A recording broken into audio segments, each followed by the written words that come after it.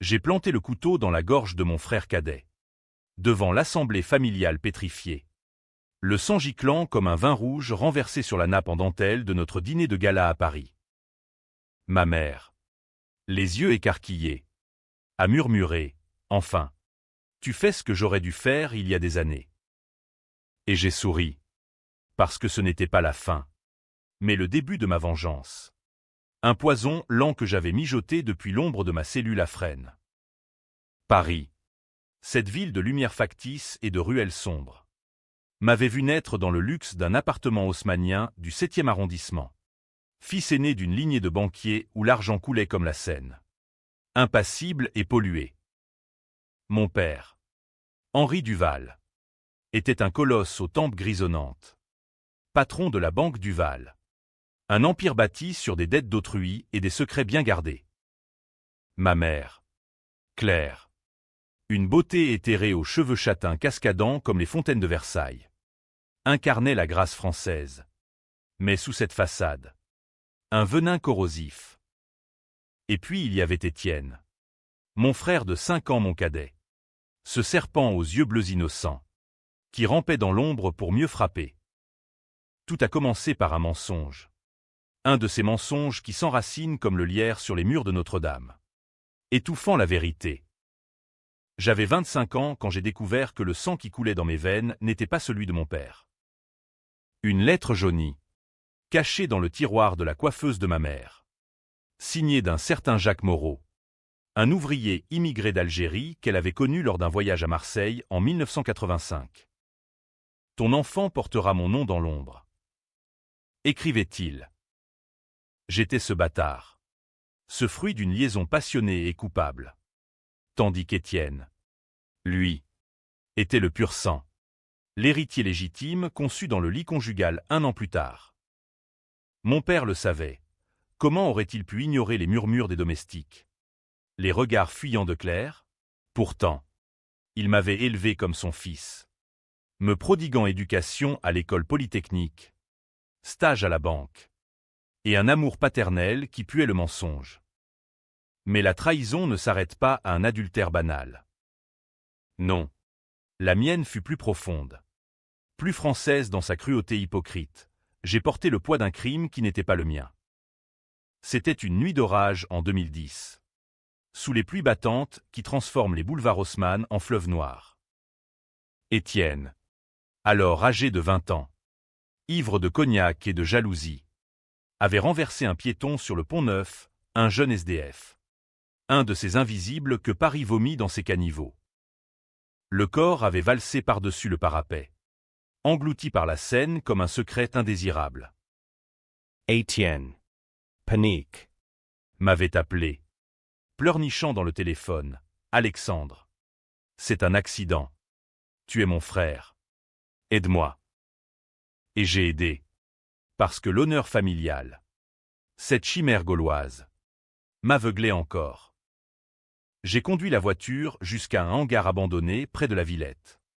Nettoyé les traces de sang avec de l'acide volé à la banque, un produit destiné à graver les coffres-forts.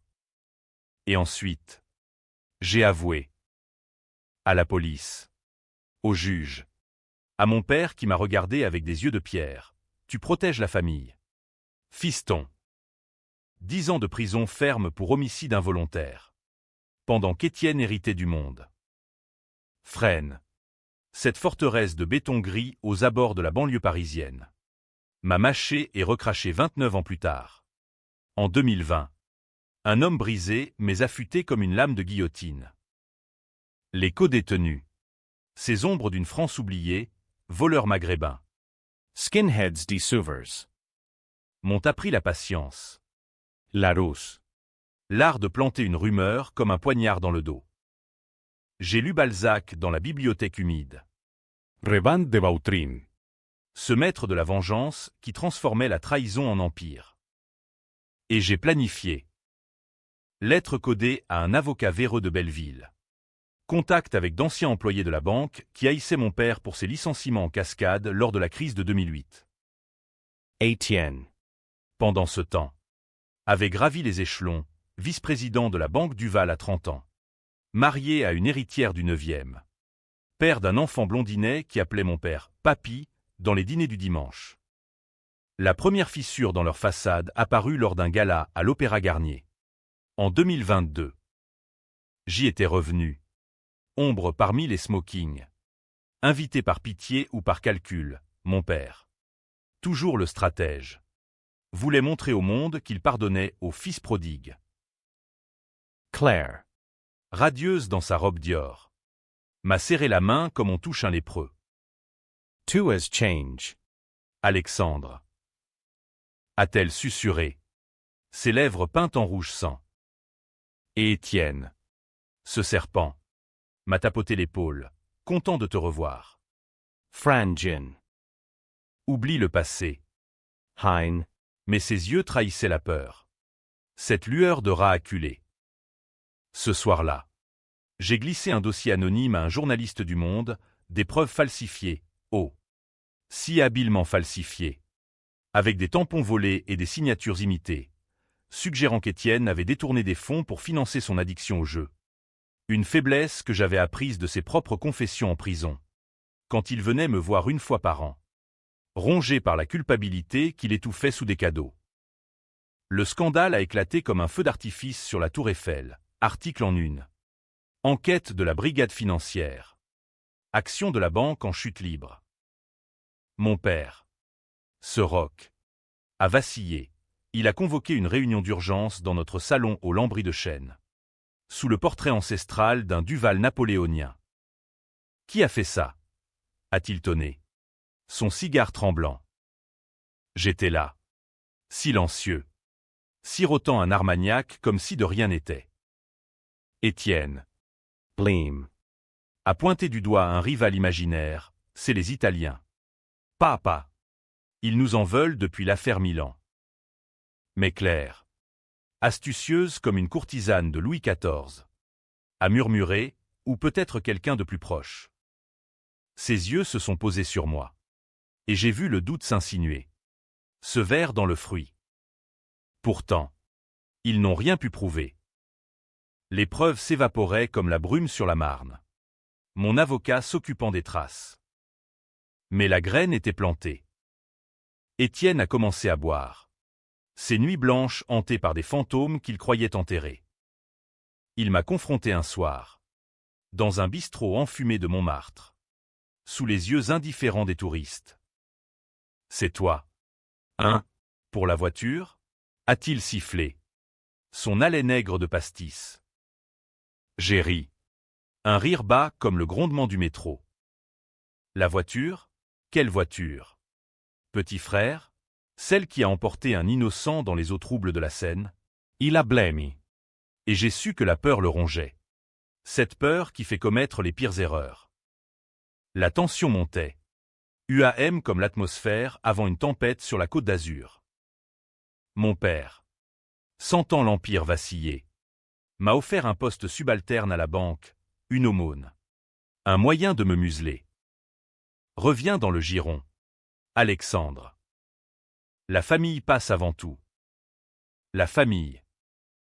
Ce mot, en France, sonne comme une malédiction. Un pacte du diable scellé autour d'une table de bistrot. J'ai accepté. Infiltrant les couloirs lambrissés de la rue de la Paix, où les banquiers murmurent des fortunes comme des prières. Là, j'ai appris les secrets, les comptes offshore aux Caïmans. Les pots de vin à des politiciens socialistes. Les liaisons de Claire avec un ministre de la Culture pour sauver une fondation d'art douteuse. Et Étienne. Oh. Étienne. Il lorgnait déjà la présidence. Complotant pour évincer notre père. Usé par un cancer naissant qu'il cachait sous des costumes sur mesure. Le cancer de mon père était un secret de polichinelle dans les cercles feutrés du pouvoir parisien. Un murmure qui circulait des salons de l'Élysée au backroom de la Bourse. Il toussait du sang dans ses mouchoirs de soie. Mais refusait la chimio. Préférant le déni gaulois à l'aveu de faiblesse. Les Duval ne plient pas. Ils tranchent. Me disait-il lors de nos promenades le long des quais. Sa main osseuse sur mon épaule. Ironie du sort. C'est moi qui allais trancher. J'ai accéléré sa chute en sabotant un deal majeur avec une banque qatari, un faux rapport d'audit. Des chiffres gonflés comme les égos des princes du Golfe. Et pouf, l'affaire capotait. Des millions envolés en fumée. Mon père Furiex. convoqua le conseil d'administration dans la salle aux dorures, sous les lustres de cristal qui pleuraient comme des pleureuses. Etienne. Sentant l'opportunité, bondit, « Père, il faut du sang neuf. Laisse-moi prendre les rênes. » Alexandre. Il est rouillé par ces années loin de nous. Claire. Toujours la marionnettiste. Acquiesça d'un hochement de tête. Ses perles de culture scintillant comme des mensonges. Elle me détestait depuis la découverte de la lettre. Ou peut-être depuis toujours. Voyant en moi le rappel vivant de sa faute. Tu n'es pas un Duval. Alexandre. M'avait-elle glissé un jour. Lors d'une réception à l'hôtel Ritz. Son souffle chargé de champagne. Tu es une erreur que j'ai portée 9 mois. Ces mots, gravés dans mon esprit comme un tatouage de Zonard à la santé, alimentaient mon feu intérieur. J'ai riposté en silence, une nuit. J'ai piraté, grâce à un hacker de banlieue, payé en billets froissés, les mailles d'Étienne, révélant sa correspondance sulfureuse avec une stagiaire. Une gamine de 22 ans qui rêvait de vogue mais finissait sur son bureau. Le Figaro en a fait ses choux gras, scandale à la Banque Duval, le dauphin dans la tourmente. Étienne nia. Bien sûr. Larmoyant devant les caméras de TF1, jurant sur la Bible familiale que c'était une calomnie. Mais le doute s'était insinué. Venimeux comme le curare des romans de Simenon. Mon père, alité désormais dans sa chambre aux rideaux de velours, m'appela un soir d'hiver 2023. La voix rauque comme un corbeau sur les toits de Montparnasse. Fils. Est-ce toi? Je m'assis au bord du lit. L'odeur de maladie imprégnant l'air comme un mauvais parfum. Oui. Père. C'est moi. Pour la voiture. Pour le sang qui n'est pas le vôtre. Pour les années volées. Il ferma les yeux. Une larme traîtresse coulant sur sa joue parcheminée. Je le savais pour ta mère. J'ai gardé le silence pour Étienne. Pour l'héritage. Tu étais mon fils quand même. Mensonge ou vérité? En France, la famille est un théâtre où les masques tombent au dernier acte. La vengeance s'emballait. Un train express filant vers la gare du Nord sans frein. J'ai séduit la femme d'Étienne. Cette poupée de porcelaine nommée Isabelle. Lors d'un vernissage au Louvre. Elle était lasse de ses absences. De ses colères alcoolisées. Et je représentais l'exotisme du paria, l'homme marqué par la prison. Tatoué d'histoires sombres. Nos rendez-vous clandestins dans des hôtels discrets du Marais. Où les miroirs reflétaient nos corps entrelacés comme des serpents du jardin d'Éden. Il te trompe. Isabelle. Lui murmurai-je entre deux baisers. Glissant des photos volées, Étienne avec sa stagiaire. Ou pire. Avec un homme dans un club gay de Pigalle. Un secret que j'avais déterré comme un archéologue fou. Elle craqua. Déposa une plainte pour violence conjugale. Amplifiée par mes fuites au tabloïd. Etienne. Accule. Riposta, il m'accusa de harcèlement. Produisant des faux témoignages de « amis » soudoyés. La police m'interrogea dans un commissariat puant le café froid du 1er arrondissement. Mais je sortis libre. Mon avocat tissant sa toile d'araignée légale. Claire. Sentant le vent tourner. Tenta de me racheter. Un chèque à 7 chiffres.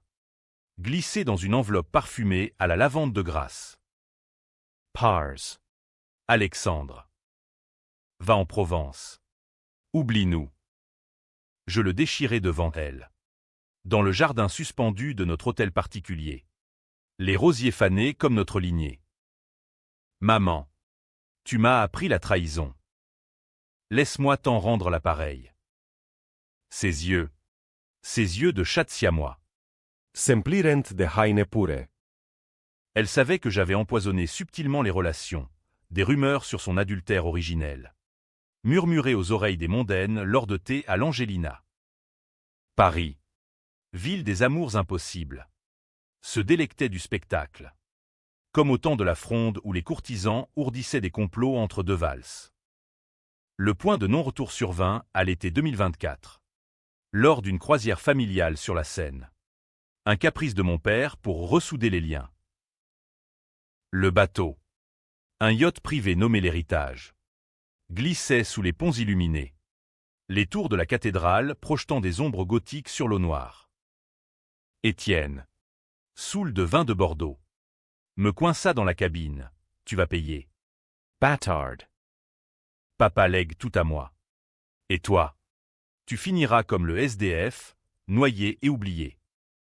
Je le poussai contre la rambarde. Le métal froid mordant sa peau. Essaie. Petit frère. Essaie de me noyer encore. Il recula. Mais ces mots avaient allumé la mèche. Cette nuit-là, je sabotais le yacht, une vanne ouverte. L'eau s'infiltrant comme un traître. Panique à bord. Sirène hurlante. Et mon père, faible, glissa dans les flots, son corps emporté par le courant vers l'aval, où la Seine avale ses secrets. La mort de mon père fut un ouragan qui balaya la banque du Val. Un typhon atlantique frappant les côtes normandes de notre fortune. Les funérailles, à l'église Saint-Sulpice, furent un cirque, politiciens en cravate noire, maîtresses voilées de dentelle, et la presse guettant comme des vautours sur les gargouilles. J'y parus en noir absolu, le visage impassible d'un deuilleur professionnel, tandis qu'Étienne sanglotait théâtralement, Claire effondrée sur son bras. Mais sous les pleurs, les crocs luisaient. Le testament, lu dans le bureau lambrissé par un notaire aux lunettes pincées, révéla la surprise, la banque à Étienne, à condition qu'il épouse Isabelle dans l'année, la maison de famille à Claire, et à moi. Une rente modeste et une clause mystérieuse, à Alexandre. La vérité sur son sang. S'il la réclame. Une boîte scellée, jointe au document, contenant la lettre de Jacques Moreau et un test ADN confirmant mon illégitimité. Mon père, même dans la tombe, Me poignardate. Étienne. enhardi par l'héritage, me défia ouvertement lors de la veillée, sort de notre vie. Impostor. Papa t'a laissé des miettes parce qu'il avait pitié. Isabelle. Les lèvres tremblantes, me lança un regard suppliant, notre liaison secrète pesait comme un boulet. Je partis sans un mot. Mais la nuit parisienne, avec ses néons crus et ses ruelles complices, devint mon allié. J'embauchai un privé. Un ex-flic corrompu de la PJ. Pour fouiller le passé d'Étienne. Découverte, non seulement l'accident du Pont-Neuf, mais une série de fraudes mineures, détournements de clients vulnérables. Des veuves de la guerre d'Algérie spoliées de leurs économies. Et plus sombre, une implication dans un réseau de prostitution, finançant ses dettes de jeu avec des filles mineures recrutées dans les cités de Seine-Saint-Denis. La presse, nourrie de mes leaks anonymes, explosa. Le Canard enchaîné titra « Le Dauphin du Val ». Roi des bas-fonds. Étienne. Track. Se barricada dans l'hôtel particulier. Sa femme le quittant avec leur fils pour un appartement haussmannien loué à mes frais. Claire. Ruinée par des dettes qu'elle avait cachées. Folie pour des bijoux Cartier et des amants gigolos. Vint me supplier dans un café du quartier latin. Sous la pluie fine qui perlait les vitres comme des larmes. Aide-moi. Alexandre. Tu es tout ce qu'il me reste. Je sirotai mon espresso. Amer comme la chicorée de guerre. Mammon. Tu m'as jeté au loup pour protéger ton précieux Étienne. Maintenant, goûte au froid de la meute. Elle partit en pleurant. Mais je vis dans ses yeux une lueur nouvelle, la culpabilité. Cette émotion si française, si racinienne, qui ronge comme le mildiou les vignes de Bordeaux. Ma propre descente s'accéléra. Les cauchemars de frêne revenaient, les cris des matons, le cliquetis des menottes. le fantôme du SDF me fixant depuis le fond de la scène. Ses yeux boueux accusateurs. Je commençais à boire. Du calvados normand qui brûlait comme le remords. Et à fréquenter les bars louches de Bastille. Où les anciens taulards échangent des histoires comme des cartes à jouer. Un soir, un contact me proposa un contrat, empoisonner Étienne pour 50 000 €. Commandité par un rival bancaire.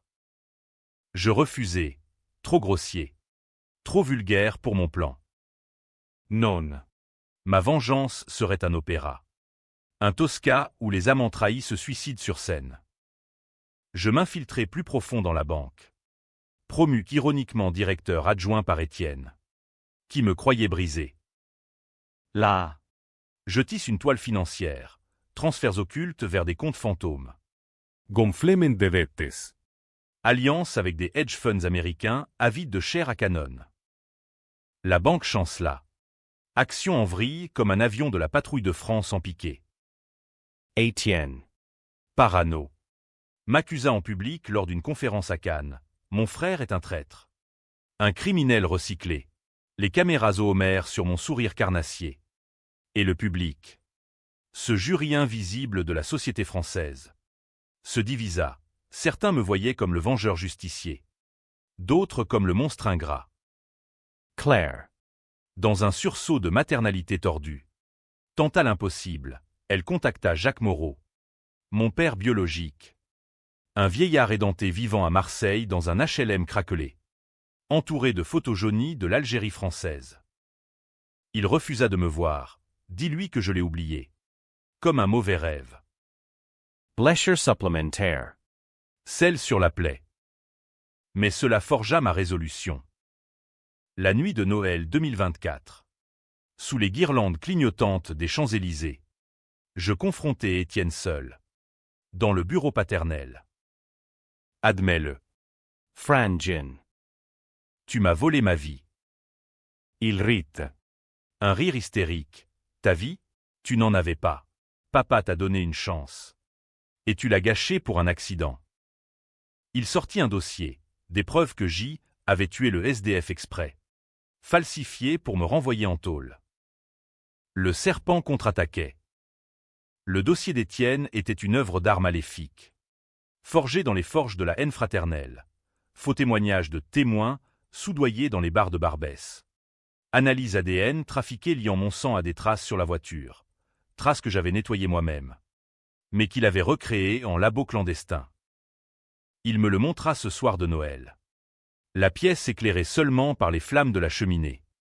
Où crépitaient des bûches de chêne comme des os brisés. Tu tombes ce soir. Alexandre.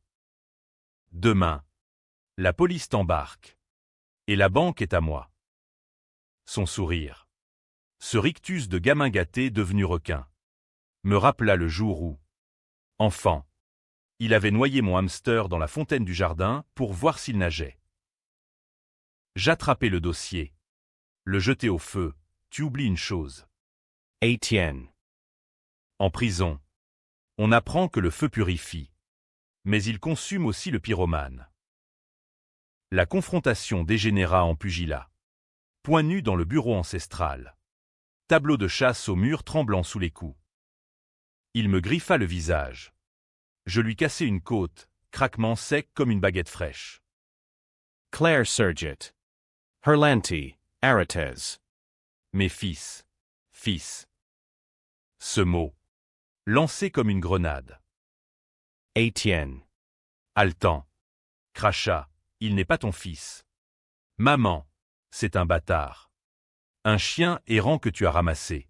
Elle pâlit. Et dans ce moment de vérité brute. Avoua, j'ai aimé Jacques. Il était passion. Ton père n'était que devoir. Mais je t'ai gardé. Alexandre. Pour punir Henri de son indifférence. Revlation OM. Un twist qui fit vaciller ma rage. J'étais un pion dans leur jeu marital. Un enfant désiré pour la vengeance d'une femme trompée par l'ennui. Mais la pitié n'a pas sa place dans l'opéra de la revanche. Je laissai Étienne brisé sur le tapis persan. Et sortis dans la nuit parisienne. Où la neige rare tombait comme des confettis de deuil sur les toits. Le lendemain, la banque s'effondra, mon sabotage final. Un virus informatique libéré dans les serveurs.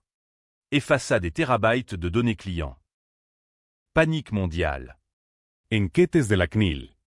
Et Étienne arrêté pour suspicion de fraude massive. Mais preuve vraie. Cette fois. Irréfutable. Isabel Dvorka. Emportant la moitié de l'héritage en dommages. Claire. Ruiné.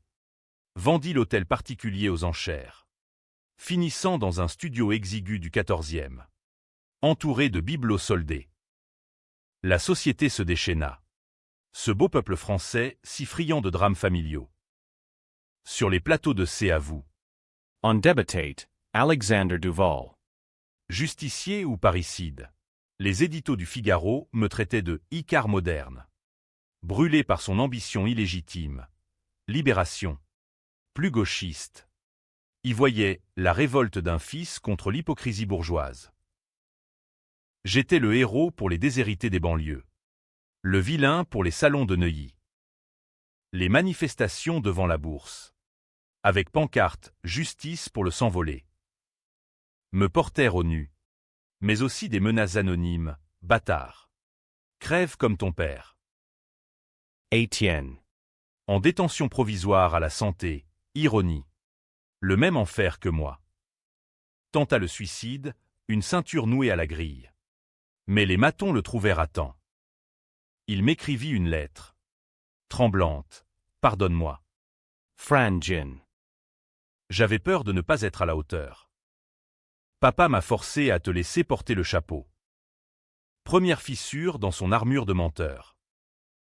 Je visitais. À travers la vitre blindée. Son visage amaigri comme un rat de bibliothèque. Peur. Tu m'as volé 10 ans. Étienne. Pour un accident que tu aurais pu assumer. Il pleura, j'étais faible. Comme maman. Et là, le doute m'assaillit. Étais-je si différent? Ce vengeur consumé par la haine. Ou juste un miroir déformant de leur poison. Claire. Brisé. Me rejoignit après, un thé amer dans un zinc de la rue Mouffetard. Tue-moi. Si tu veux. J'ai tout gâché. Ses mains. Veinées de bleu. Tremblayant. Je la regardais. Cette femme qui m'avait porté. Et vis non la sorcière. Mais une âme perdue dans les tourbillons de la vie parisienne. Non. Mammon. La mort est trop facile. Vis avec ça. Elle partit en boitant, arthrite. Ou le poids du remords. Et je sus que ma vengeance atteignait son apogée, non la destruction physique, mais l'érosion lente. Comme la pluie sur les statues de la place Vendôme. Pourtant, Le cao trào Gue Thai. ce climax qui divise les âmes. La fête de l'anniversaire de mon père, ou plutôt, la commémoration macabre que Claire insista pour organiser. 1 an jour pour jour après sa noyade. Fut le théâtre final. Dans le même salon haussmannien. Loué à prix d'or pour l'occasion. Sous les chandeliers qui avaient vu nos joies factices. Invités, reliques de la famille. Journalistes masqués en curieux. Et moi, le fantôme de la fête. Étienne. Libéré sous caution mais enchaîné par un bracelet électronique. Arriva en fauteuil. Sa côte cassée mal guérie. Joyeux anniversaire. Papa. Murmura-t-il en levant un verre d'eau plate. Claire. En robe noire de veuve éternelle. Porta un toast à Henri. Qui nous a unis dans la trahison. C'est alors que je lâchai ma bombe à la famille. Et à la vérité, Étienne n'est pas plus Duval que moi. Mammon. Dis-leur. Ton amant de Marseille n'était pas le seul. Silence de tombe. Claire Blemmet. Et à voix. Voix brisée, Étienne et de Jacques aussi. J'ai continué la liaison après Alexandre. Henri le savait. Et a élevé 2 bâtards pour sauver les apparences. Choc, le pur sang était un imposteur comme moi. Les invités murmurèrent. Téléphone sorti pour Twitter le scandale. Étienne hurla, mensonge. Mais le test ADN, que j'avais exhumé des archives paternelles, flottait dans l'air comme une guillotine. La salle explosa, pleurs, cris. Verez brises. Certains applaudirent ma révélation, justice poétique. D'autres me maudirent, destructeur de lignée. Etienne se leva. Fou de rage. Et chargea. Couteau de table en main.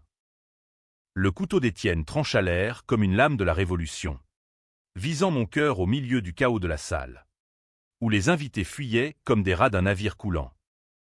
J'esquivai, le saisissant au poignet. Et dans la lutte, la pointe glissa, non dans ma chair, mais dans la sienne. Un accident miroir de la nuit du Pont-Neuf. Il s'effondra, gorge ouverte, gargouillant du sang qui maculait la nappe blanche comme une fresque de Delacroix. Claire hurla. Un cri primal qui résonna contre les murs tapissés de soie. Mon fils. Les sirènes approchèrent, bleues et hurlantes, transformant l'appartement en scène de crime. La police m'embarqua, menottes froides mordant mes poignets familiers, tandis que les flashs des photographes illuminaient la nuit parisienne comme un feu d'artifice inverse. Interrogatoire à la PJ du quai des Orfèvres. Cette forteresse art déco où Maigret hantait encore les couloirs. Autodéfense. Ou fratricide prémédité, demanda le commissaire. Un flic bedonnant au cigarettin.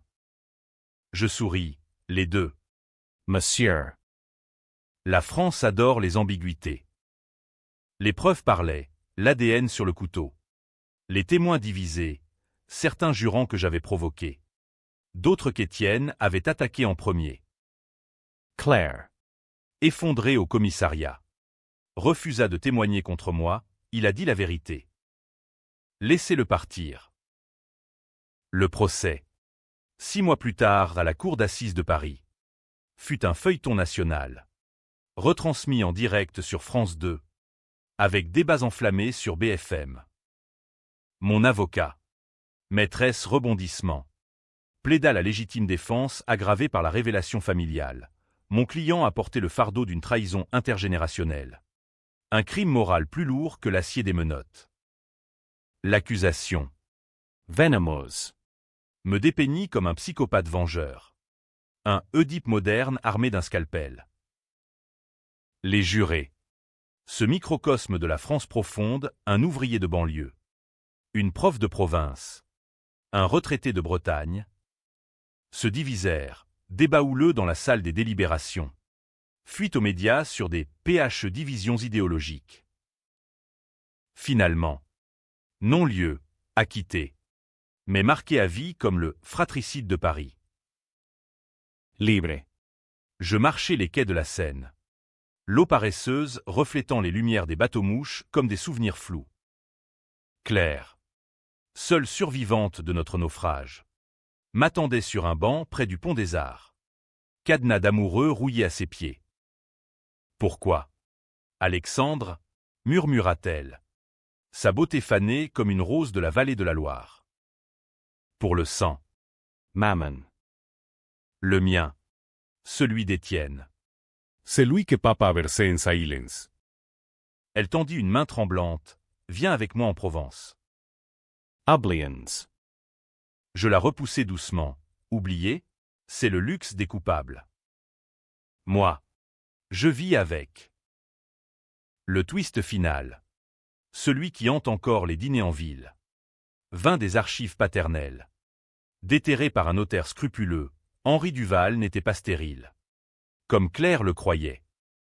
Les tests ADN étaient faux, forgés par lui pour punir son adultère.